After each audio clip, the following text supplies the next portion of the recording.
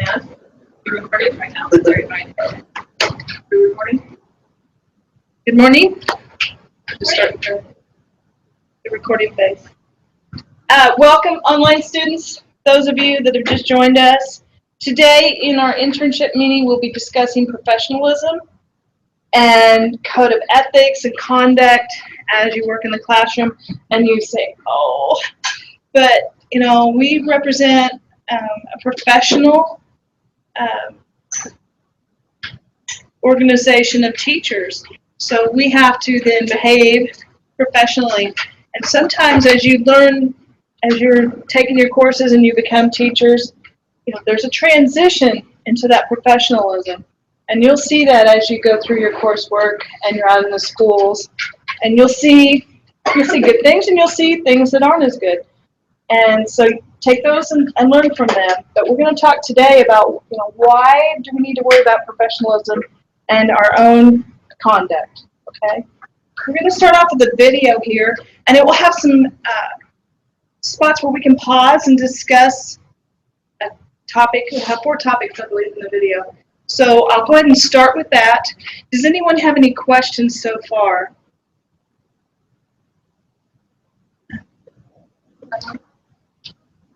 Okay, we'll start the video and we'll pause and we'll take some discussion time.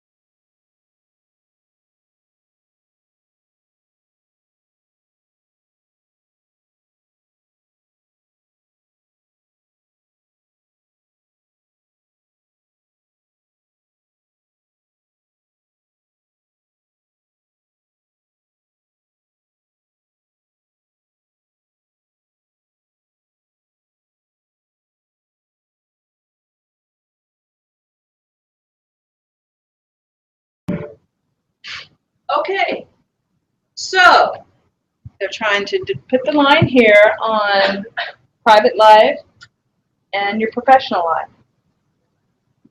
What would you include as part of your private life? Huh?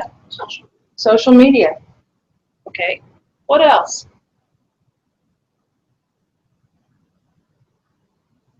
When is your private life? Is that what part of the day?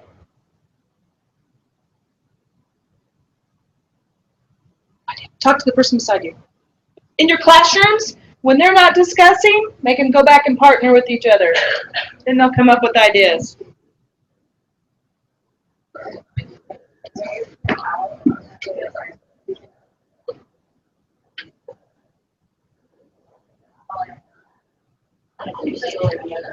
Melissa and Stephanie, you're asking about the volume of the video. I'm not sure why you can't hear it. It might be on your end.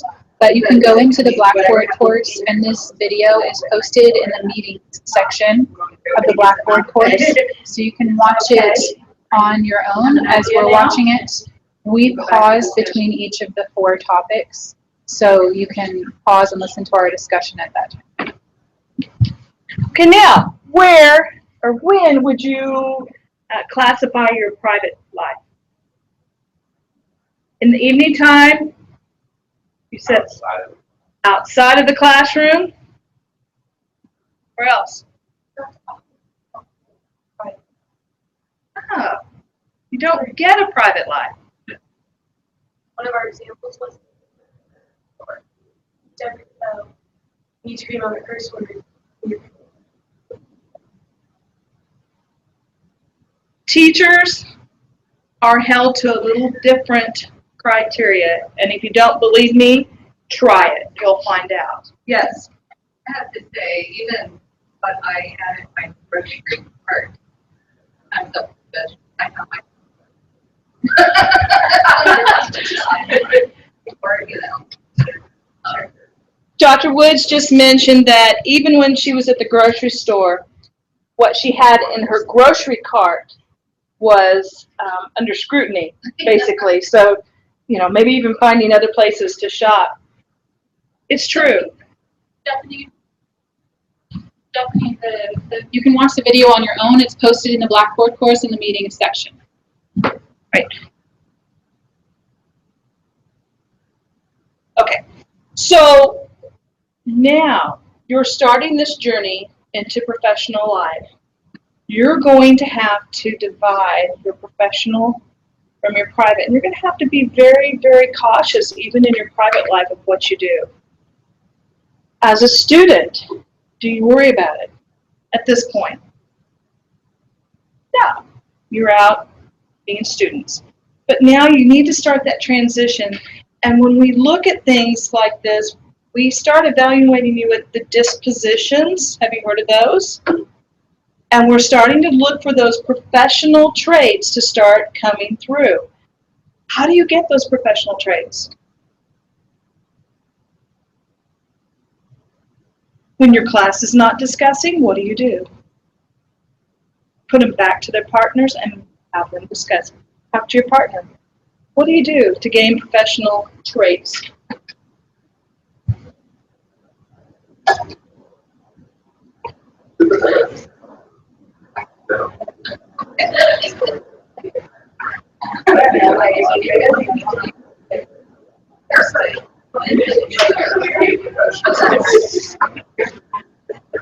I didn't know what to do.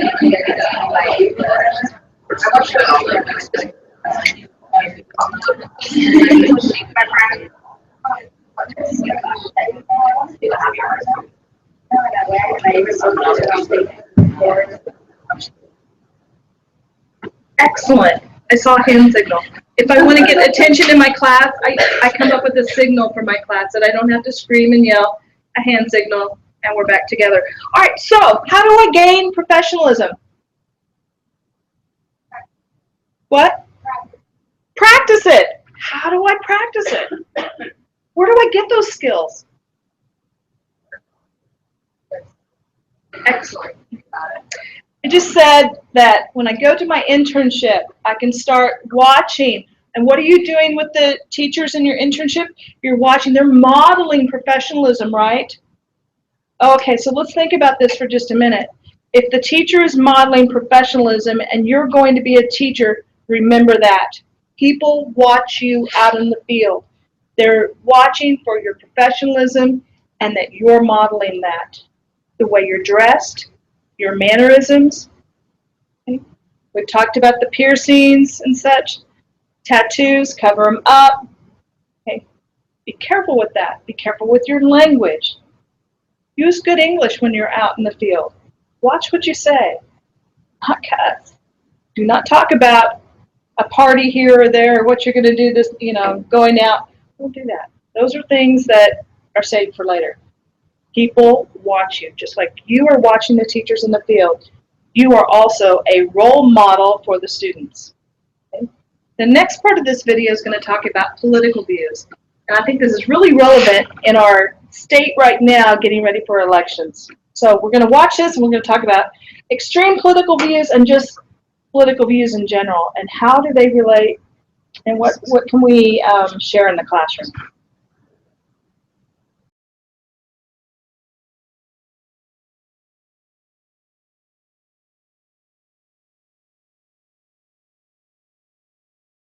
Inequality, things like that. So actually that sometimes might be affecting your professional practice. So as a teacher, you couldn't really be part of that because you're supposed to demonstrate equality to the children that you teach. And if you have those kind of views, how can you demonstrate equality? What was interesting was how the students immediately recognized that bringing their own political views, perhaps even into the staff, certainly is inappropriate.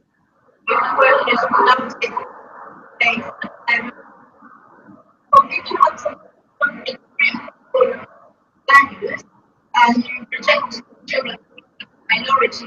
I'm sorry, you're not doing a good job because you get to demonstrate values and tolerance and integrity. But you think you can hold those beliefs outside of school and operate by professional values? I think you get so much within you, it will show. I believe that constant strong values against strong things. Minority people show them can't really fight them. Is it the same if you've got strong religious beliefs? You think that's going to show through? Actually, religious values.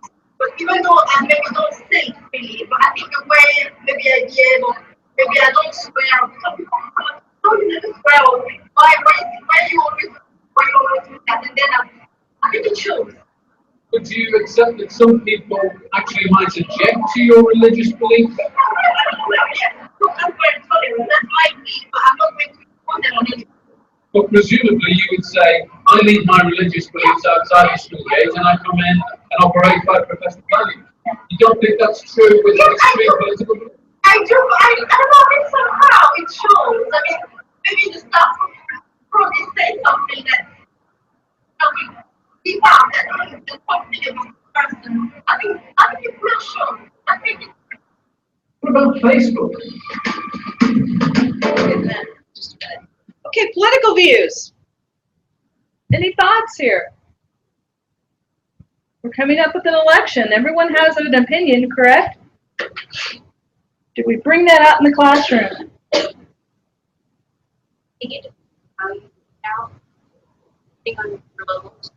Perhaps you can do that in a way that you can express your opinion without trying to change their idea. Like if you're in a U.S. government class, you would probably bring up politics. And it depends on the classroom. I used to have an instructor, or a high school teacher that gave you a penny every time you came in the classroom. And it was a penny for your thoughts. And so he wanted to know your thoughts on everything. But, there's a time and a place. Extreme views, one way or another, save those for your time, not your classroom time. Okay? Speak out and you'll have some reactions. You'll find out when you've stepped over the line because most likely you'll hear about it from someone. Any thoughts there? I want to say that I believe you should talk about politics, but not your own political beliefs, because we're training future citizens, and so we need our students to be involved and know about politics and vote, and we still do. Sure. And so we need to talk about that, but I should not tell you all what my party is, although you can probably figure it out at some point in time. But as a teacher, I need to let my students hear both sides. That old saying, fair and balanced. Mm-hmm. So it needs to be a fair and balanced presentation, not just your viewpoint. There's an email example of a teacher that was fired over this, and she wrote an email to President Obama and attached a picture. And this is in your piece, and you can kind of look through here, and I'll just let you read that for just a second.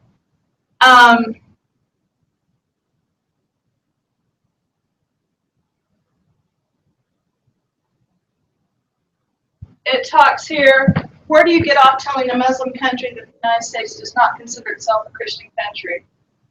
And it goes on and on, very, very, very bold.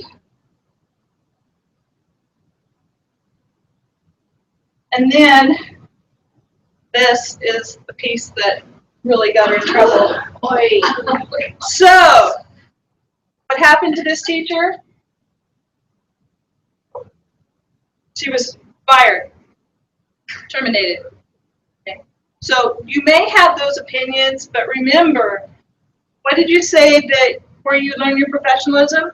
You're going out into your internships. The teachers are doing what? Modeling. Remember that you are being watched and you are a role model. So if you're going to send that out, make it back. Did you have something to say? Well, I guess not that I'm advocating for being such a harsh letter like that, but would it have made a difference if she hadn't put fourth grade? And she tied it to the school. That was the piece. I guess you could go back to the letter there. At the bottom, she tied her school to it. Sorry, I kind of left that out. Down here at the bottom, she left the school's name and that she was a teacher. Now, had she done it personally on her personal time, okay. But this was the key right here, that she included the school and grade level and so forth. So she's saying, almost like I'm representing that school. So the tie was there. It's a no-no. Okay? All right, next piece. Now, you said social media is your private time, but let's watch this and let's talk about it.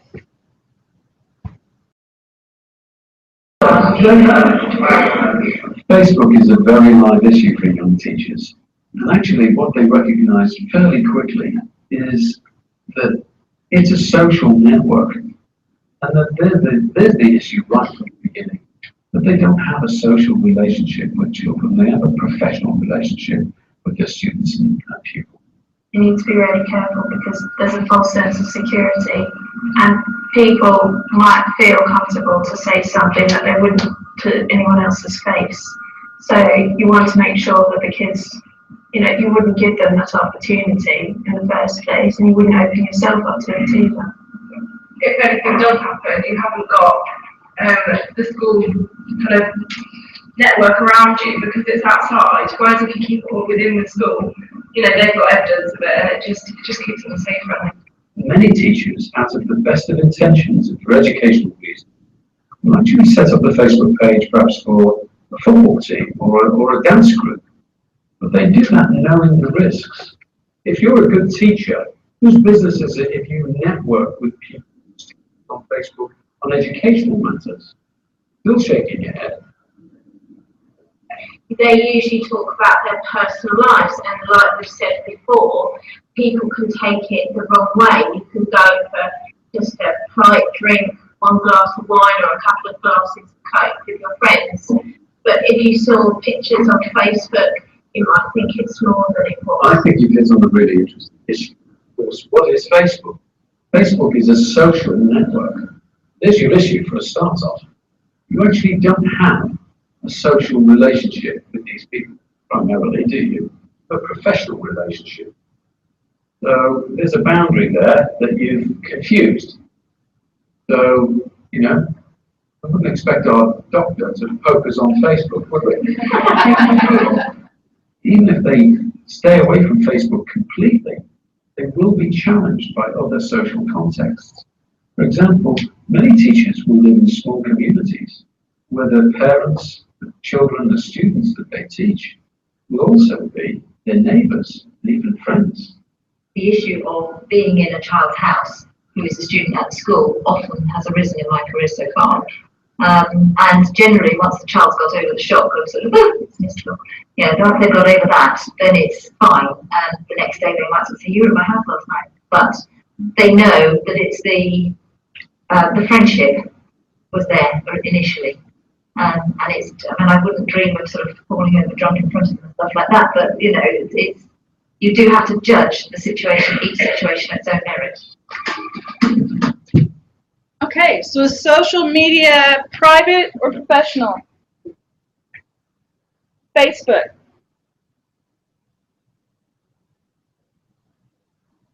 We don't have any discussion. What do? You go back to partner sharing. Talk to your partner. Is Facebook and social media, is that professional or private?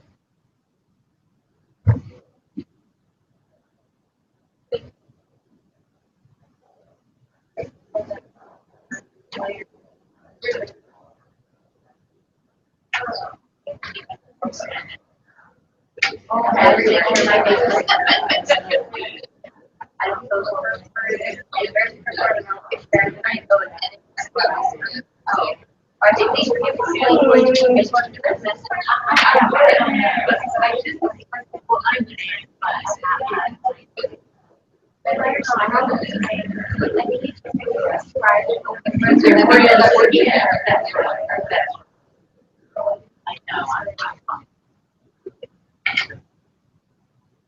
Thank you, partner, for helping your partner. If not everyone's giving you the signal, partners should just very silently help their partner and everyone's back together. And I don't go on until everyone's back together. Okay, so when is social media or Facebook private and professional? Or is it one or the other? It's what? Raise your hand if you think it's private. Raise your hand if you think it's professional. What should you put on Facebook, should not put on Facebook? Pictures of last Friday night out with, whatever. Unless if it's something where, if you think that administrators and such don't watch Facebook, you've got the wrong opinion. They watch, they look at Facebook. I know, I've talked to some administrators that when people apply at their school, the first thing they do is look them up on Facebook. And if they pull up your Facebook and it shows you passed out and someone's drawn all over your face, that is not what they're going to want to represent their school. So if you've got pictures like that and you have postings, get them off. Get them off.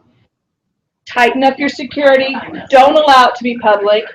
Make it so that things are private, and make sure that your front page is presentable as a professional. That's that transition. And you're going to have to make that transition into professional life. Okay? Any thoughts on that? You're probably just as big as I think Absolutely. Parents and students. I know in my district before, you cannot be a friend of a parent or student in your class. No students on your Facebook. And so when that first came out, teachers were deleting students. Now I know in my daughter's district, they allow it, but there are some districts that allow none. we were even talking about colleagues. I don't know where that line is. There's a fine line, and you just have to make sure that, for me, I post my family things, and, we share some family things. If, you see those pop-ups that you can share that the videos are even kind of, ooh, watch that, okay? So be careful, tighten up your security, watch who your friends are, and make sure you've got that monitored. Along with that, double check your email address. Some of them are very, yeah, Hot Mama 69 does not work. So I still get those at times, and somebody will email me and who is this? So double check your email address. If you have one that's inappropriate, get rid of it, okay? You're going into that professional field. So next one is,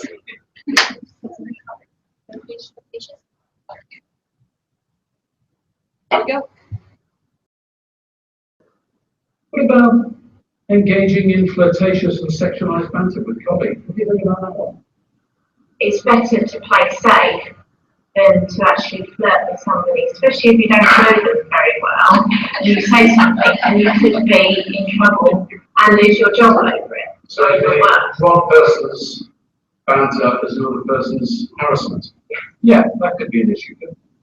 Lots of relationships begin in the workplace, and if you're consenting adults and you're single and you're not having the banter within earshot of other people, it's in fact harmless, isn't it? We had some laughs with this one because some people actually thought, well, what's the harm in it?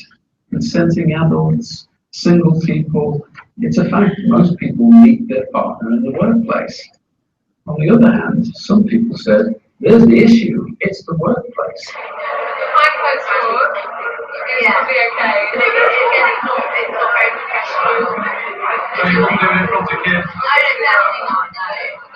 What about in front of other colleagues? I think it can actually make you feel uncomfortable. So I think you do need to keep on. I think that in the staff room, everyone should switch up, not to an extent. I think that you still need to be professional about it. So having that sort of relationship with the professional, and they want to be loud and do that through. I don't think it's necessary to be loud, that's the behaviour. If it's done within the staff room out of children's earshot, and and I think it's again of knowing people and being aware of how far you can take things. Is that wrong then to do it? Well, then you could run into the danger that you might actually be doing it within the classroom. But if you're out of the earshot of children away, is that another consideration? You see what's beginning to happen here? You're starting to make judgments, aren't you? Maybe here, maybe not there. I wouldn't do it there, but there, but only if in these conditions.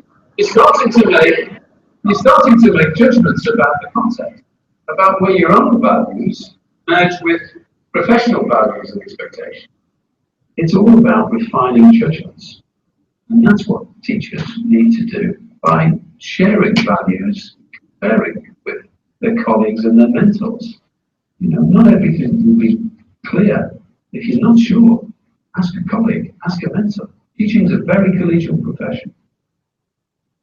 Okay. Yes, we just had a statement sent to us. Just wanted to join the discussion on social media. Here in Idaho, we had a teacher that had a private Facebook account, but was friends with other staff members. Over the summer, she posted a picture that showed her husband cupping her breasts in play. She did end up losing her job. So understand, watch, be careful what you have out there. To me, this brings up another statement that I told my ed psych students forever. If you're doing something that could get you in the paper and on the 6 o'clock news, don't do it. If it's a relationship or inappropriate, maybe, you read in the news a lot about teacher-student relationships. Don't do it. You're that professional out there, okay? And then, within the school, those relationships, over the years of teaching, I've been through a lot of experiences where colleagues are inappropriate and things have happened, and it just upsets the whole atmosphere of the school when it does. And so you want to stay away from that, because administrators will look at that and say, you know what, you're not a team player here. You're doing things that are upsetting our team, and there's too much to get done in the school year to have things distract everyone. So be careful with your flirtations, colleagues, or as I said before, in the news you hear a lot about student-teacher relationships, and stay away from that. Don't put yourself in that position. Don't leave yourself in the classroom with a student one-on-one. open the door, have 2 students. You know, don't put yourself on that one-on-one basis. Okay. Anything? Okay. Where can we tie this into? The Kansas Department of Ed has a code of conduct form. Have you guys seen that? I want to go over it with you today. It's the Kansas Educator Code of Conduct. The professional educators shall work in the best interest of their students and honor their responsibilities to their students. School, district, community, state, and profession as evident by responsibilities to the student. That's one section of it. Responsibilities to the district and responsibilities to the profession. Let's look at this. Responsibilities to the student. And mind you, these are things, this came out a couple years ago. Districts can use this if they want to release a teacher based on the code of conduct. Number 1, refrain from disclosing confidential or damaging information that affects a student. We talk about confidentiality. Maybe in your internship, you're working with a student, and you leave and you're out with other students, and you're talking about, oh, I worked with so-and-so today, and oh yeah, and this and that. But someone might be listening. And this other person is getting confidential information. You broke that confidentiality in 2 ways.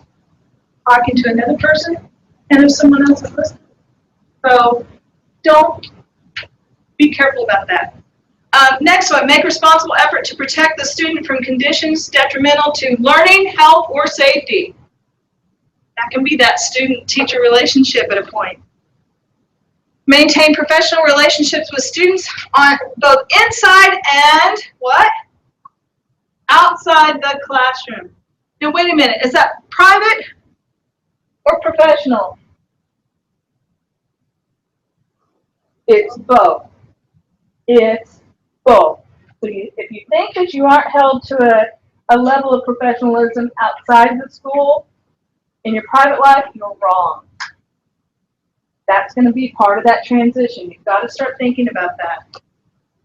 Refrain from soliciting, encouraging, participating, or initiating inappropriate written, verbal, electronic, physical, sexual, or romantic relationships with students. Right there. Appropriate conduct includes, but not limited to, and it lists a bunch of things here several items where you can read about good things, all right? Inappropriate conduct. It lists several things. One here is failure to provide appropriate supervision to students and reasonable disciplinary actions. Appropriate supervision of students.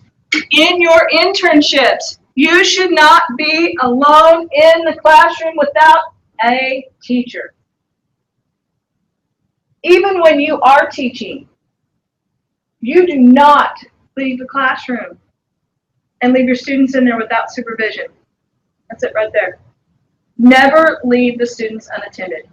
You turn your back, you walk outside the door. My administrator used to use this, use this example.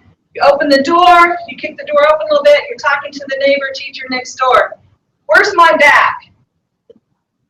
To the class. I just surrendered my liability and responsibility to my class. I need to be supervising my class.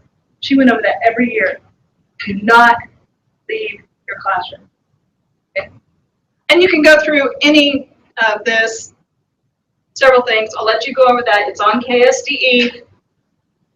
The next one, responsibilities to district. Adhere to conditions of contractual obligations with professional practice. Fulfill reporting requirements honestly and accurately. Talking about assessments. Appropriately use funds, personnel, property, and equipment committed to his or her charge.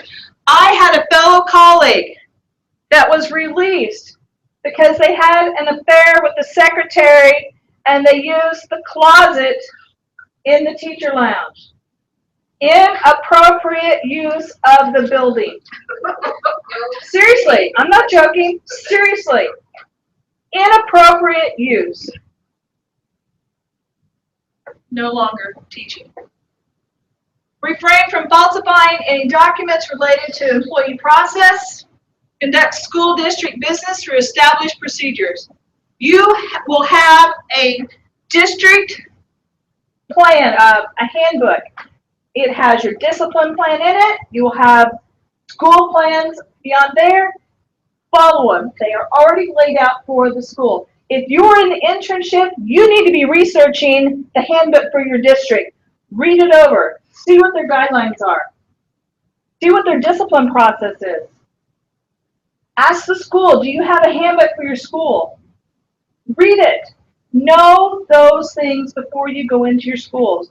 But you're going to have to go digging for it, and you're going to have to research for that information. That's part of being a professional. So seek out those things. Know what their discipline process is.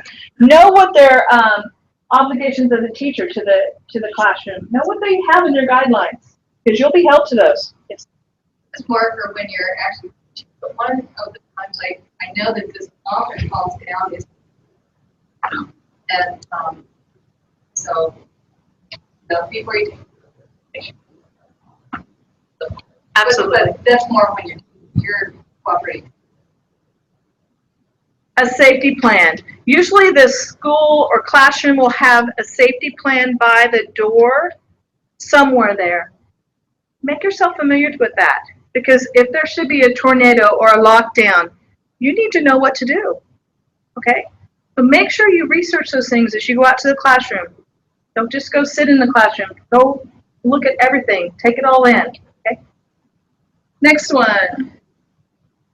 Appropriate conduct is listed here, and then inappropriate. The one thing, using school property without approval of local board of education and governing body. That was something that when this first came out, some of my students were really concerned about. And what it is if you maybe had a key to the school, and this is just an example.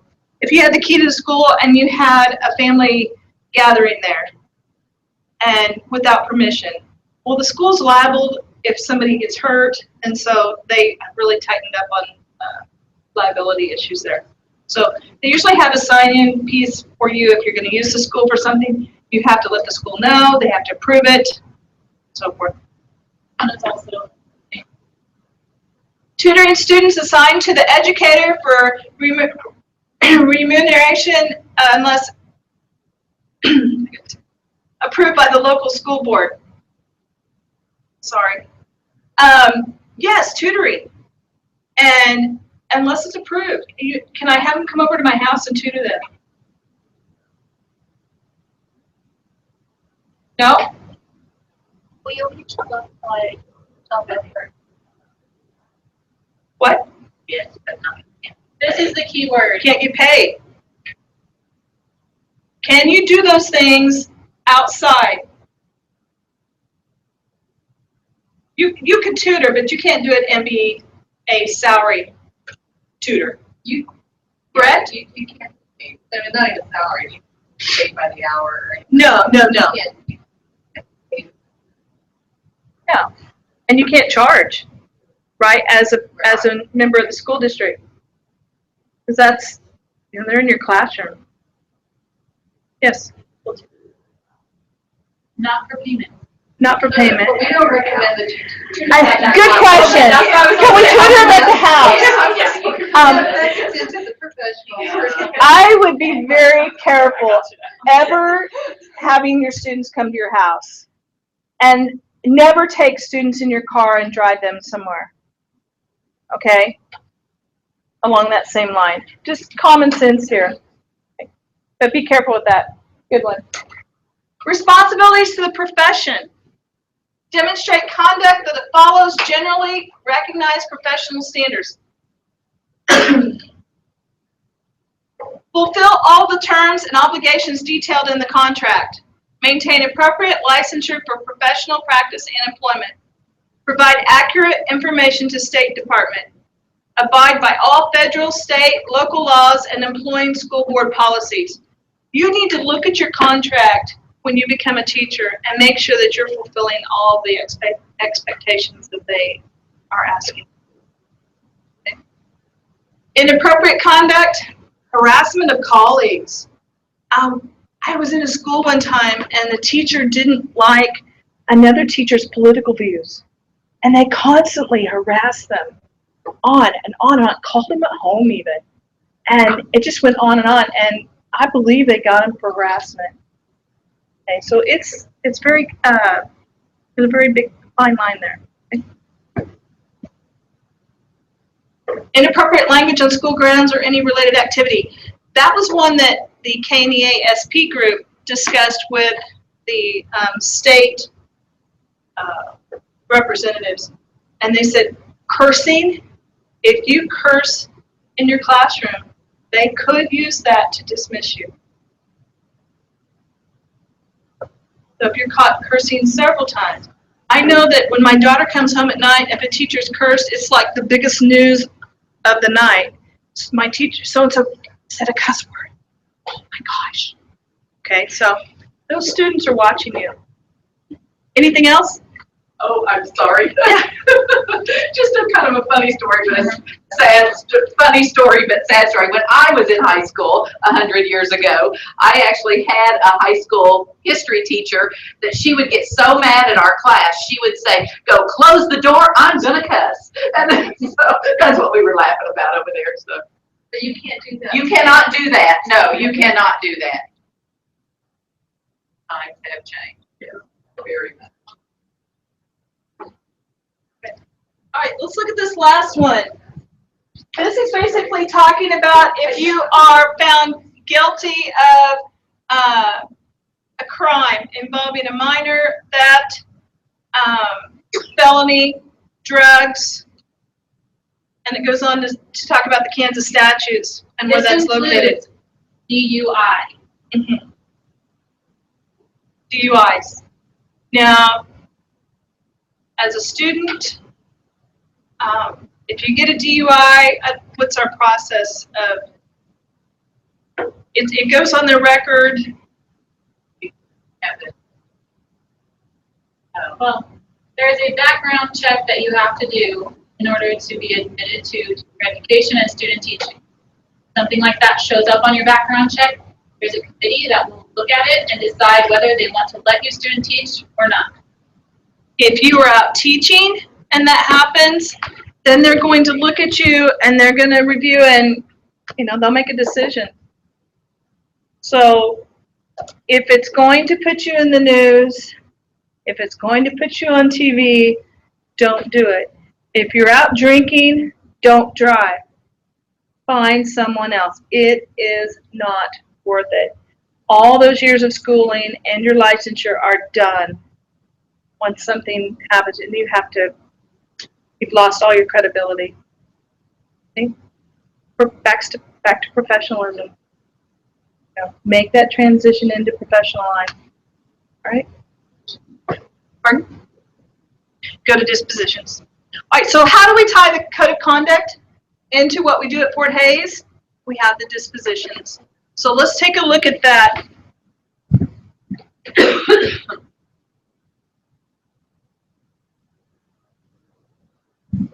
On the dispositions, disposition 1, the candidate is highly sensitive to and demonstrates respect for student differences and demonstrated by, there's a whole list of things. If you haven't sat down and read the disposition form, you need to today. Okay.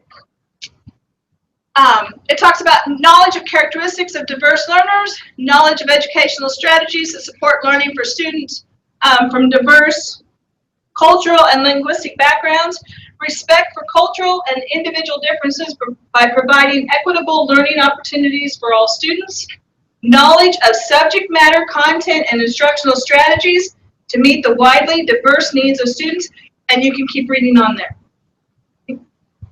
You will be evaluated either not observed and satisfactory, you're put at proficient, correct, and then your instructor can go in and move it up or down. Your mentor teachers will be filling this out about the middle of the semester. They will be evaluating you on these dispositions. Is this the one that they fill out on? Yes, they fill this out in TK20. But you need to print it off and take it to them at the beginning so that they know what to be looking for throughout the semester.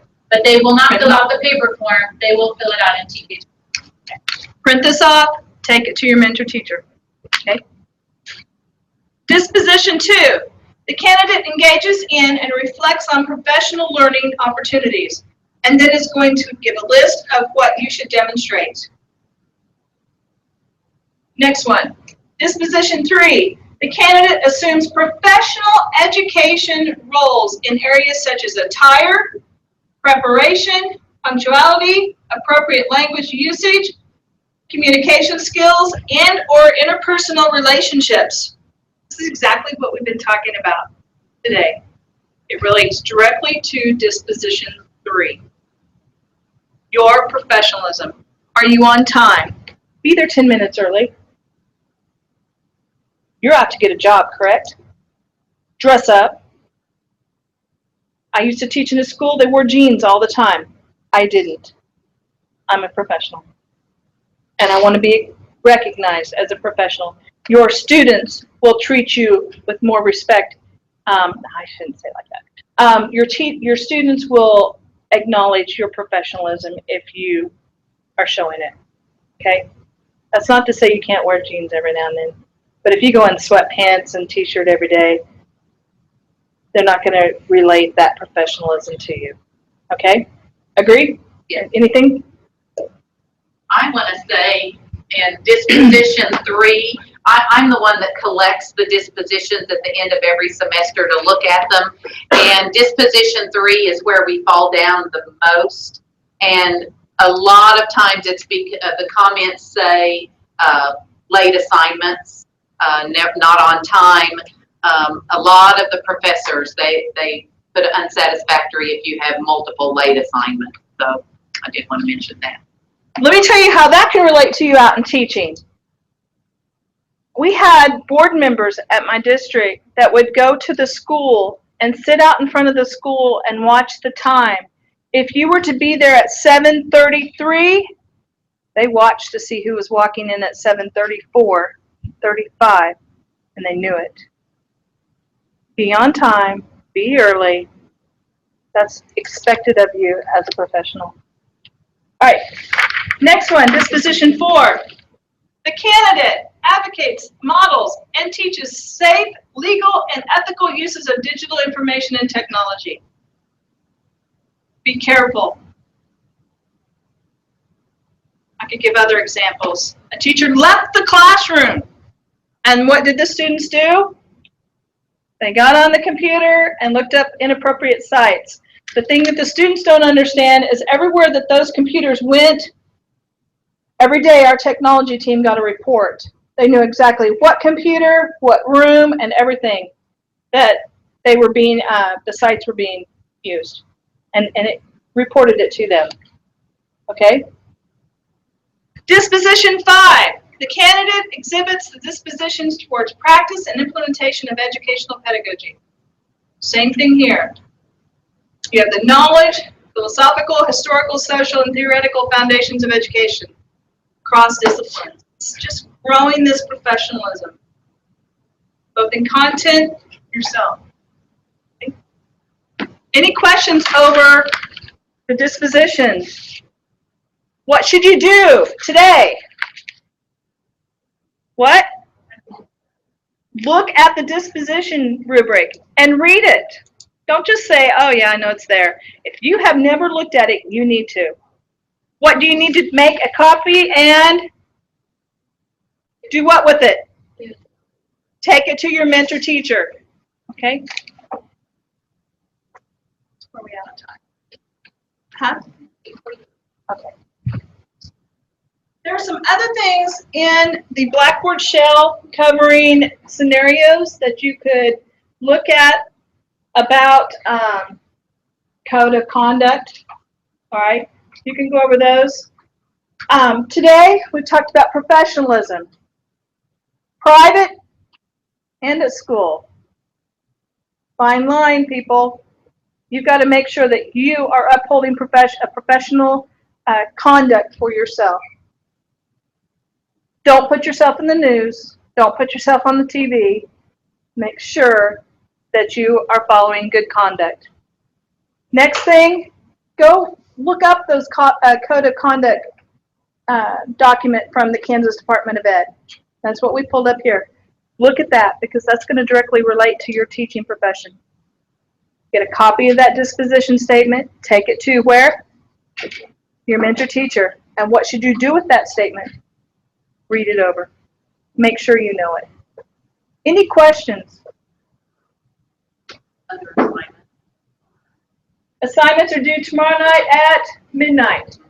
Form N, Form N, bloodborne and confidentiality form. bloodborne pathogens and confidentiality form.